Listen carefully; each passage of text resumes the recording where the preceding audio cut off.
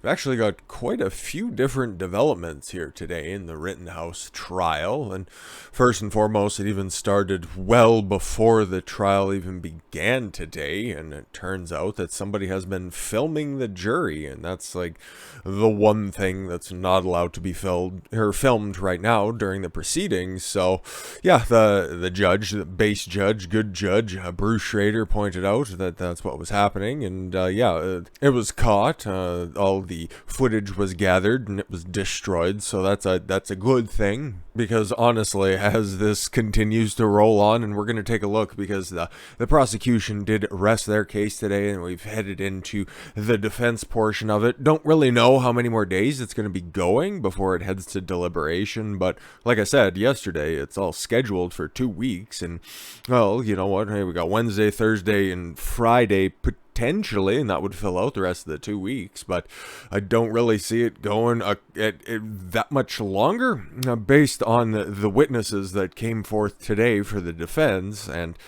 well, really, they were just all character witnesses, and the defense, thanks to the prosecution's real bumbling of this case, really don't have to prove anything, okay? They pretty much figured it out based on all of the witnesses that the prosecution brought forward, that, self-defense is pretty much all there, and you can pretty much thank Gage Grosskreutz for really solidifying that point, well, as best as a one-armed man can. Anyways, on Tuesday, the Wisconsin judge, today's only Tuesday, wow, that's impressive.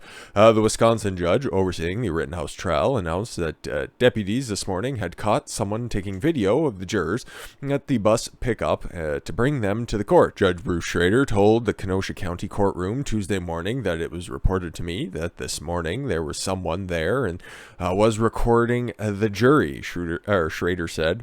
Deputies approached the person filming and demanded that they delete the footage taken. He added that they instructed deputies to take the phone away and bring it to them if the incident occurs again. So I don't know why anybody has their cell phone on or on them when they're in the courtroom, but this judge is incredibly lenient, okay? Especially when it comes to certain things, maybe like leading the witness whenever you're asking them certain questions or allowing certain hearsay. But you know what? He's fair on both sides. He's allowing certain objections to go through for both sides, and then also striking down other objections. So he's actually been pretty fair on both sides.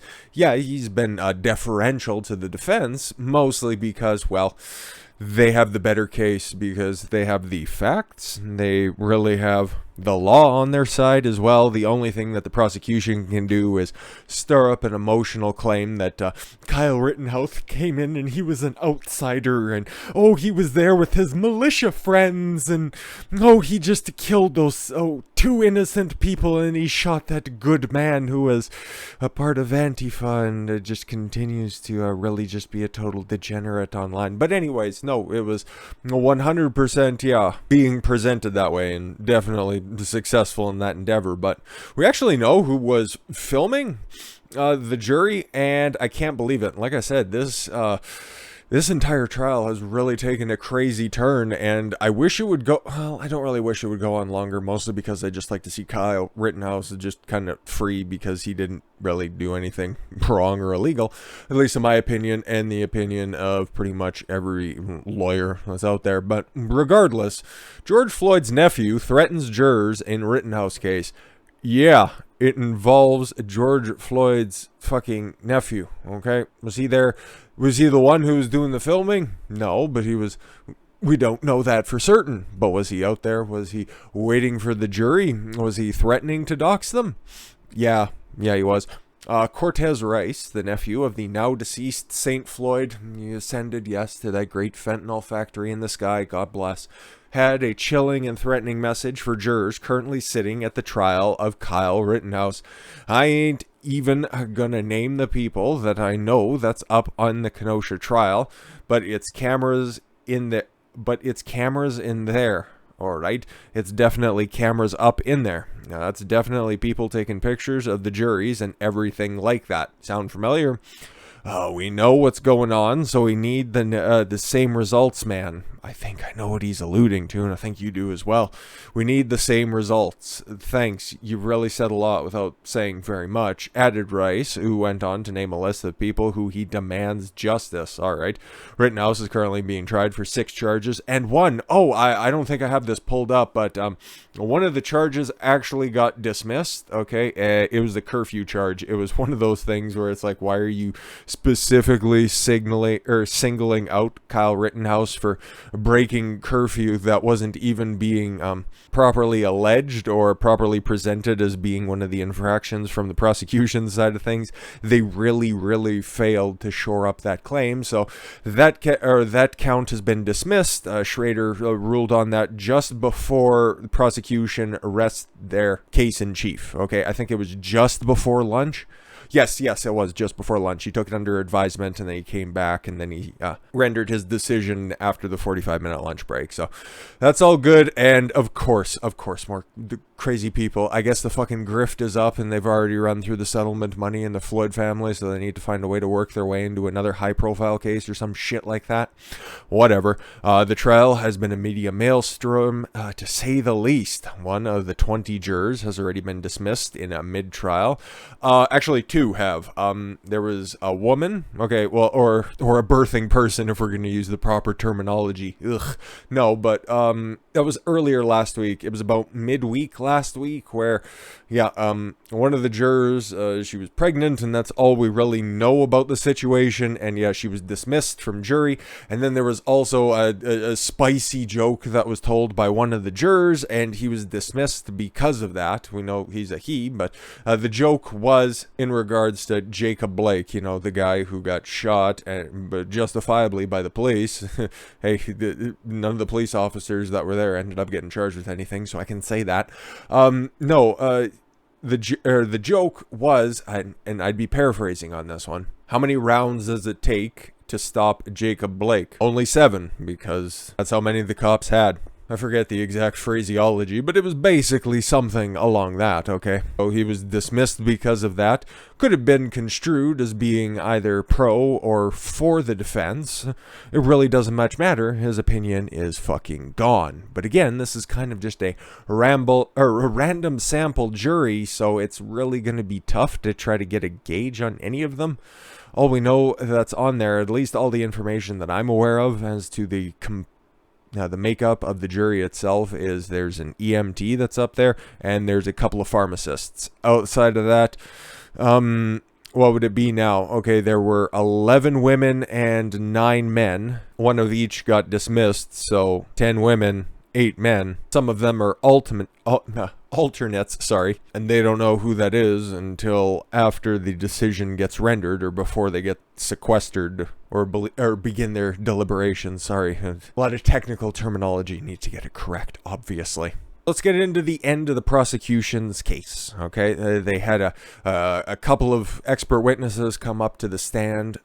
One was a video evidence person that started off the day that bored the living piss out of everybody to start everything off, because it was mostly, I got the information that we got to see, and then, okay, cool, I added a couple of cool graphics on top of it so people know who's running through and who's being properly portrayed in this video evidence. All right, cool. Have you seen this? What did you do exactly on this video? Yada, yada, yada. Repeat ad nauseum for, I think it was like 20 different videos or little cut up pieces of videos, wholeheartedly boring. But then the second witness, and I think it was the last one that they had up there, I can't quite recollect, that was several hours ago at this point, but regardless, the medical expert that was up there attested to all of the different gunshots that were sustained by the 2 deceased felons, okay? Yeah, Joseph Rosenbaum, the pederast, and Anthony Huber, the domestic assault perpetrator. So again, Kyle really knew how to pick them. But anyways, the first man shot by Rittenhouse had hand over a rifle barrel. The trial hears right from the medical examiner. So again, that was something that was highly contestable earlier last week, okay?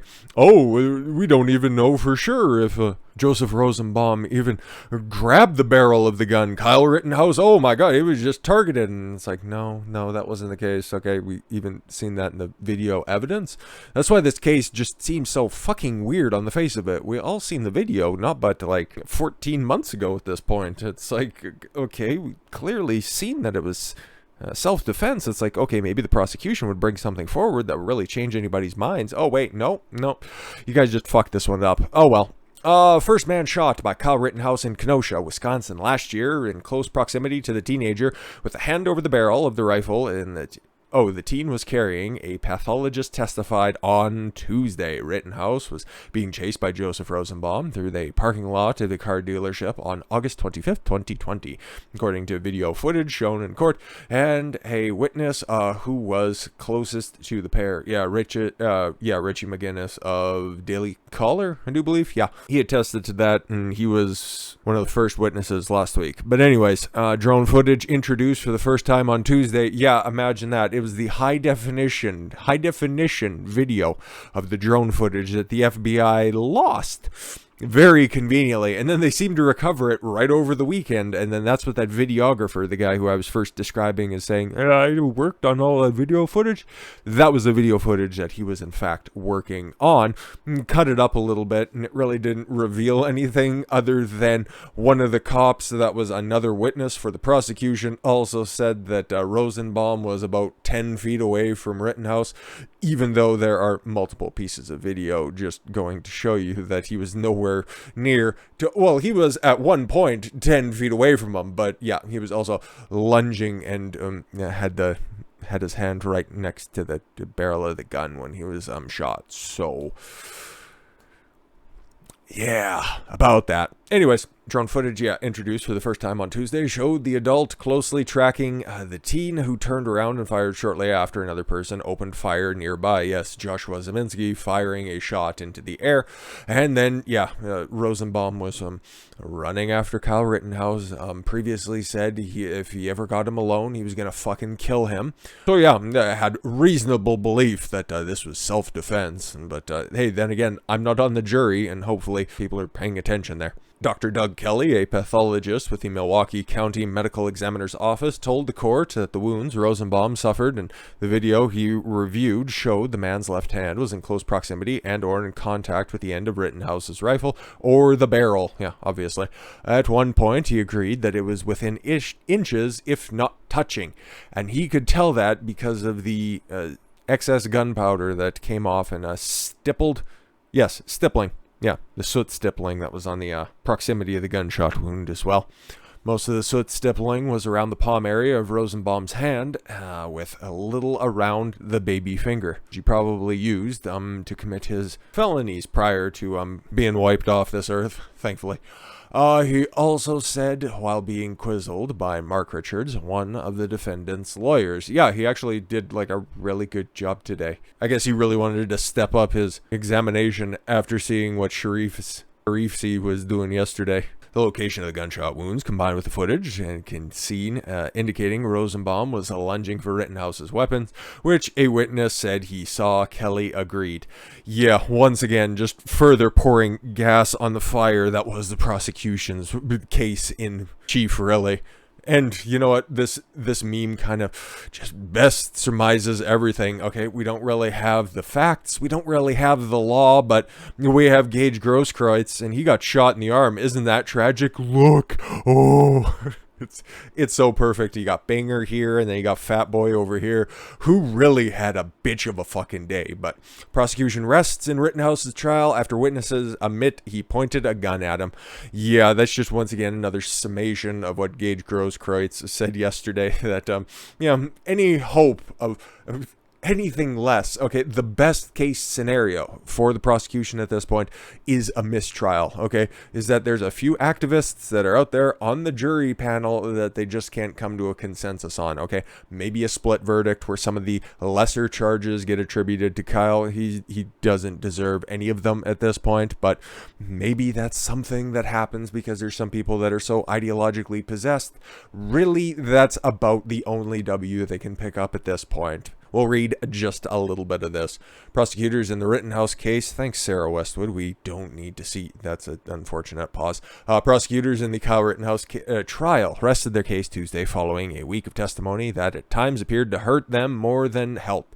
Yeah, the first couple of days was fine. Okay, like on a scale of 1 to 10, maybe a 6 or a 7 for Tuesday, because Monday they seated the jury, and then Tuesday everything got kicked off, and the opening statements by the defense were maybe a little bit lackluster. But then, the prosecution was doing fine the first couple of days, but then by about Thursday and then definitely Friday, everything had fallen apart because, well, they just don't have anything to really fucking argue, if we're being completely honest. Much of the explosive testimony came on Monday when Gage Grosskreutz, the only person to survive being shot by Kyle Rittenhouse, which is a big departure from what other legacy media outlets have been reporting. And just for posterity's sake, I have a couple of them up here, and here's the front page, but you're gonna notice something. Okay, so this is CNN, obviously, and I'm trying to be fair, and I wanted to get something on them to just show, because it's like the biggest thing out there right now. But it's like, okay, all the pictures that are there. Okay, you got a Tune of the Unknown Soldier, very interesting. Oh, somebody's been subpoenaed in the January 6th committee. Cool. Nobody cares about that, and it's a totally fucking useless panel anyways. What the fuck are you gonna find? Whatever. How long Biden's infrastructure package is gonna take to jolt the economy? I'll probably be dead by the time that thing actually gets paid off. Oh, there it is. Prosecution rests case against Rittenhouse. Oh, because they had a really, a lot more inflammatory language that they were using to describe the case yesterday. And then you got the New York Times, where I'll just save you guys all of the dramatics. It's nowhere to be found anywhere on here. Okay, so they have totally given up on doing any sort of coverage when it comes to the Rittenhouse trial, because it's been an unmitigated fucking disaster. And what they were running with yesterday in a lot of different articles, NPR as well, and we could pull it up, but again, CNN and New York Times probably gives you a fair picture of how legacy media is reporting all of this stuff. But yes, oh, the lone survivor, Gage Grosskreutz. Oh, he got up there and he told his truth. And it's like, oh, fuck yourself. He had a gun in his fucking hand and he pointed it at Kyle Rittenhouse, and he said later that his only regret on the night was not emptying the entire mag into Kyle. He's a bag of shit, and he got exactly what he deserved. But yeah, we'll just wrap this up here before we get on to a couple of the star witnesses on the day for the prosecution, because yeah, yesterday was crazy. Today probably took that and ratcheted up another 25%, because yesterday was still pretty fucking buck wild. Lent support for the defense's central claim that Rittenhouse acted in self-defense on August 25th, 2020. That night, Rittenhouse shot and wounded Grosskreutz in the arm minutes after fatally shooting Rosenbaum and Anthony Huber. Thank God. Grosskreutz, a trained EMT who is not an EMT anymore, who traveled to Kenosha on behalf to render medical aid to protesters, testified Monday as the state's star witness. However, his testimony underscored the uphill battle the prosecutors have faced, trying to prove Rittenhouse was a trigger-happy tourist who purposely inserted himself into the chaos unfolding in Kenosha. Don't ever mention that Kyle Rittenhouse, his father lived in Kenosha, and that he also was employed as a lifeguard in Kenosha as well. But yeah, no, he was a dangerous outsider, and that seems to be what they were really trying to hang their hat on a bunch of the different cross-examinations when it comes to the defense's witnesses here. Oh, you guys are outsiders and you just came in here and you were going to come in here and cause trouble now, weren't you? Yeah, no. Yeah, we need not recap all that stuff. You can go and take a look at the video from yesterday if you'd like a little bit more of an update on what Grosskreutz said, and better example of what you don't say when you're trying to be a credible witness and you're also trying to get paid $10 million from the city of Kenosha. Good fucking luck with that, my dude. Anyways, so when it was their turn, the defense called Nicholas Smith, that guy right there, a Kenosha resident. Oh, again, one of those mean, scary white guys that are just a part of a militia. They were coming there with their guns and they were just going to shoot everybody. Nicholas Smith didn't have a gun on the day, by the way. And he also said during his testimony that he didn't feel like he needed a gun because he thought that everything was under control because everybody that was around him was also armed. Again, it's like all of this shit just continues to fall apart. This is just a textbook example, once again, that this entire case is just, like I said, a textbook example of self-defense, by the way.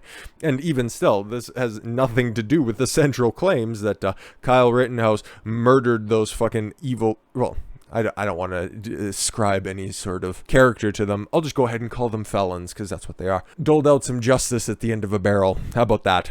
Yes, a Kenosha resident who said he went to the protest, at the request of the car dealership owners. And again, if you want to go back and watch any of the testimony on Friday, there were two brothers, Sal and Sam, who it's really hard to figure out what kind of ownership stake or if they just work for their family business. Car source lot, car doctor lot, car source lot number 3. All of that kind of funky shit really undermined their testimony, and they were supposed to be one of those star witnesses for the prosecution because, they called the people there, they called that armed militia there, and they were just trying to protect their business until somebody went rogue, and that's another disaster for another day. Smith, who saw Rittenhouse right after the shootings, described him as sweating and pale and told the jury Rittenhouse kept repeating that he shot someone. Prosecutor Thomas Binger asked Smith if he felt it was necessary to use a gun on August 25th. Smith replied no, but again with that caveat that everybody else was around him and they were armed, all right? Rittenhouse is expected to testify in his defense. I really hope that's a lie because there's no need for it. There's more risk that he opens up the door to something. It's not like he's guilty of anything, but just opening up the door and then having something exposed that need not be exposed and the jury get the wrong idea of who Kyle Rittenhouse is. There's no need to call him to testify. You guys have already won. The only thing you can do going forward is continue to fuck up, because off the back of Nicholas Smith's testimony, he also said that, I didn't feel the need to use a gun as well because Kyle Rittenhouse gave me his body armor for me to wear that night when I was also out there being a medic. It's like, cool. How do you make Kyle Rittenhouse seem even better? He gave me literally his armor off his back. Now you're probably going to ask yourself, what is my crazy aunt doing on the middle of the screen? That right there is Granbo. I forget her proper name, but she was one of the other witnesses for the defense, and she kind of busts the entire narrative. One of her main purposes of being a witness in the case for the defense is that they weren't all angry white men with big black scary rifles that were down there to cause a ruckus in Kenosha that all come out from different corners of the state in order to just cause a problem and escalate nights of violence. No, you also had like a 60-year-old woman who was out there who was packing heat and, painting Rittenhouse and the guys that were there as just being good boys who were just out there trying to protect businesses and stop further destruction in the neighborhood. She wasn't from Kenosha. She was from a little suburb that is literally within a stone's throw, or a protester's stone's throw.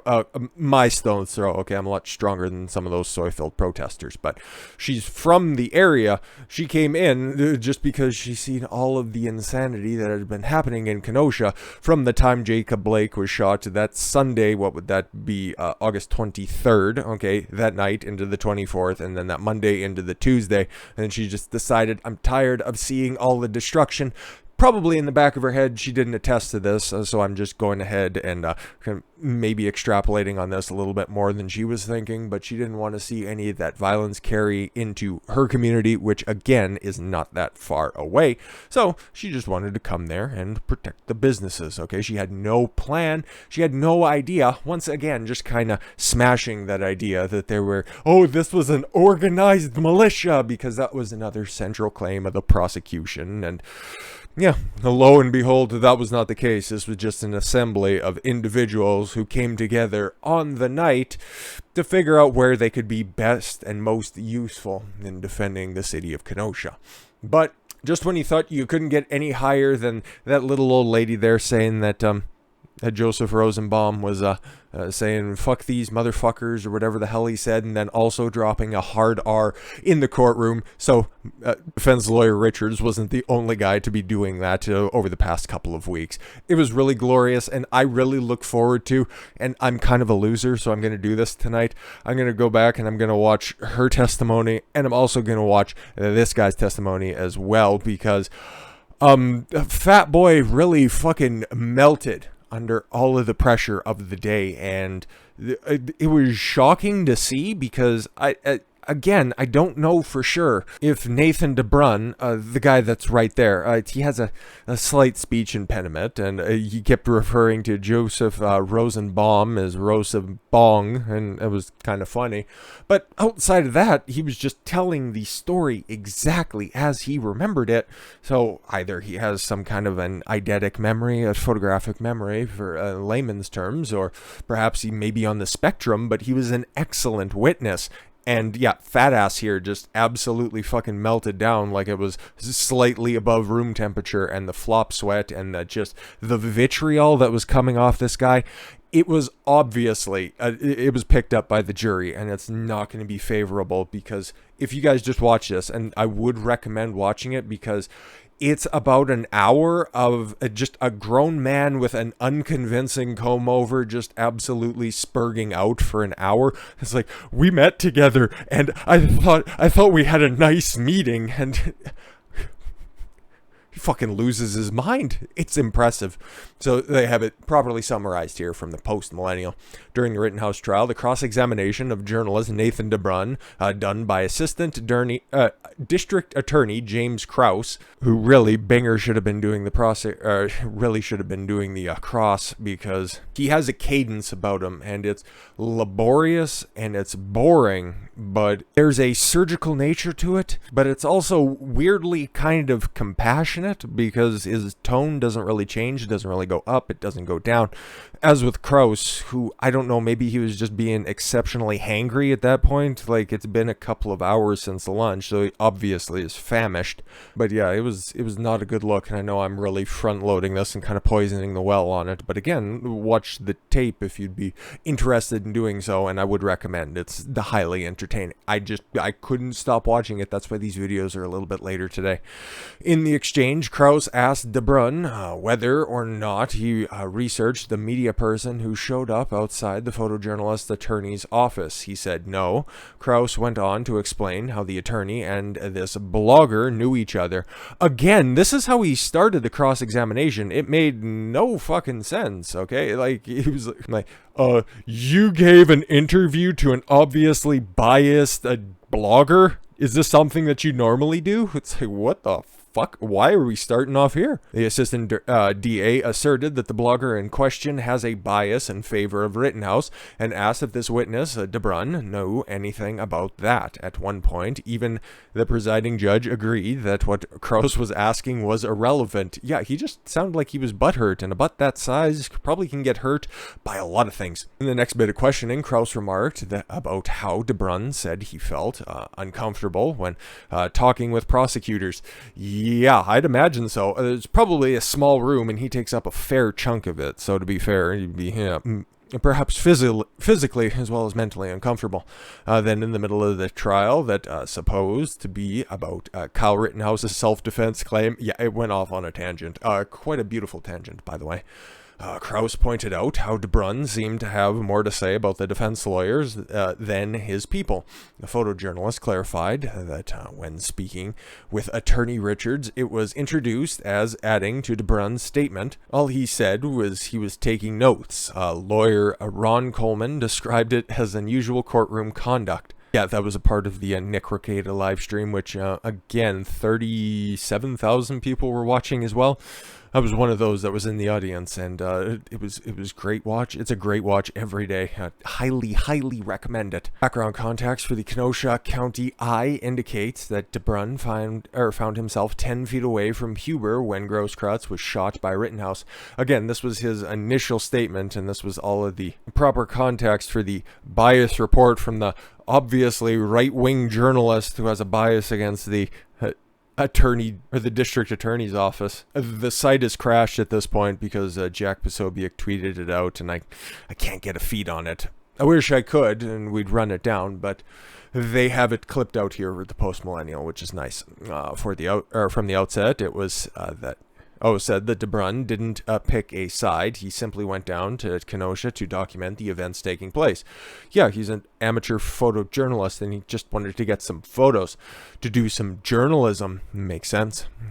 In the months after Rittenhouse's indictment in August of 2020.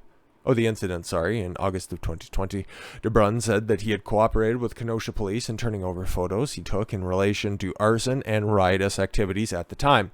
But last month, when meeting with prosecutors Claire Binger, that's his name, of course it's Claire, and Jim Kraus, it's described that Kraus pressured Debruin to add to his statement. He refused. Yeah, literally, hey dude, do you want to change your statement? Okay, that's your statement, huh? Okay, cool. You don't have enough information that we would like you to have. Would you like to continue to change it? Listen, he was probably, okay, looking at Debruin, and like I said at the beginning, he has a speech impediment, okay? He takes everything very literally. Could he be on the spectrum? It really doesn't matter because he has perfect recollection of everything that was going on.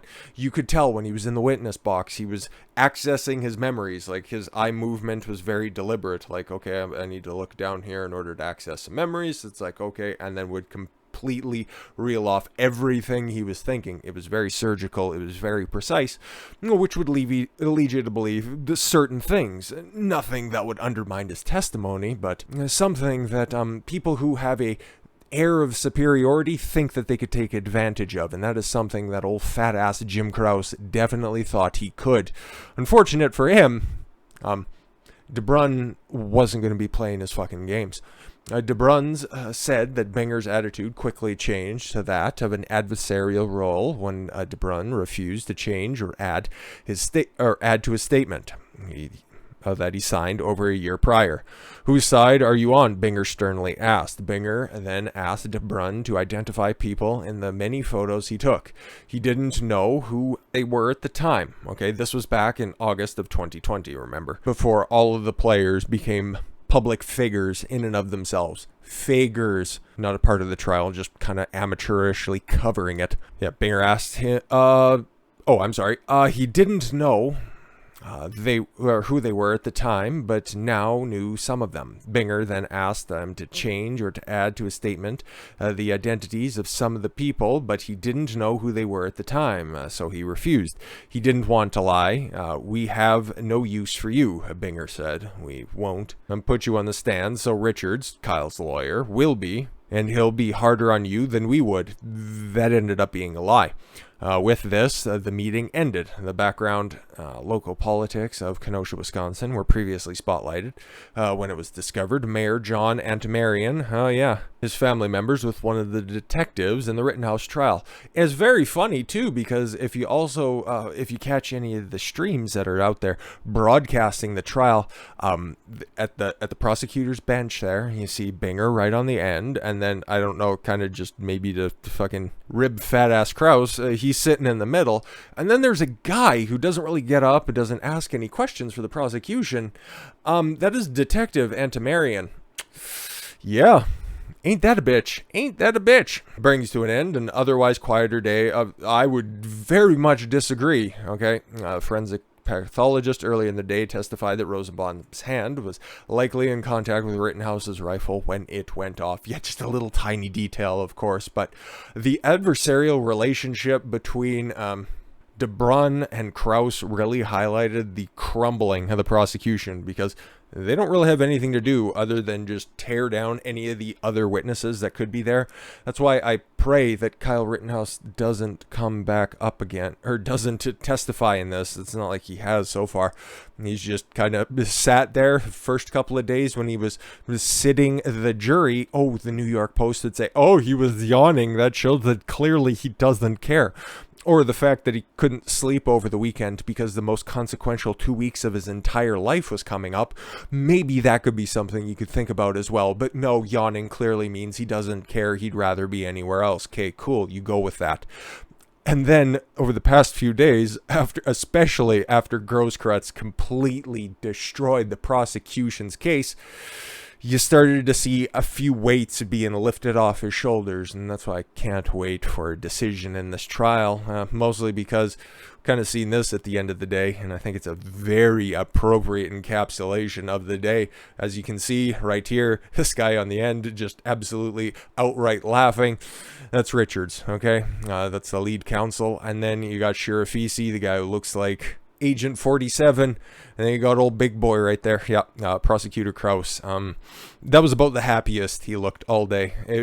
And again, if you watch any of the trial, you'll mostly recognize him as being the guy who sits off to the side with just his hand in his head. But with that said, I thank you all very much for the gift of your time.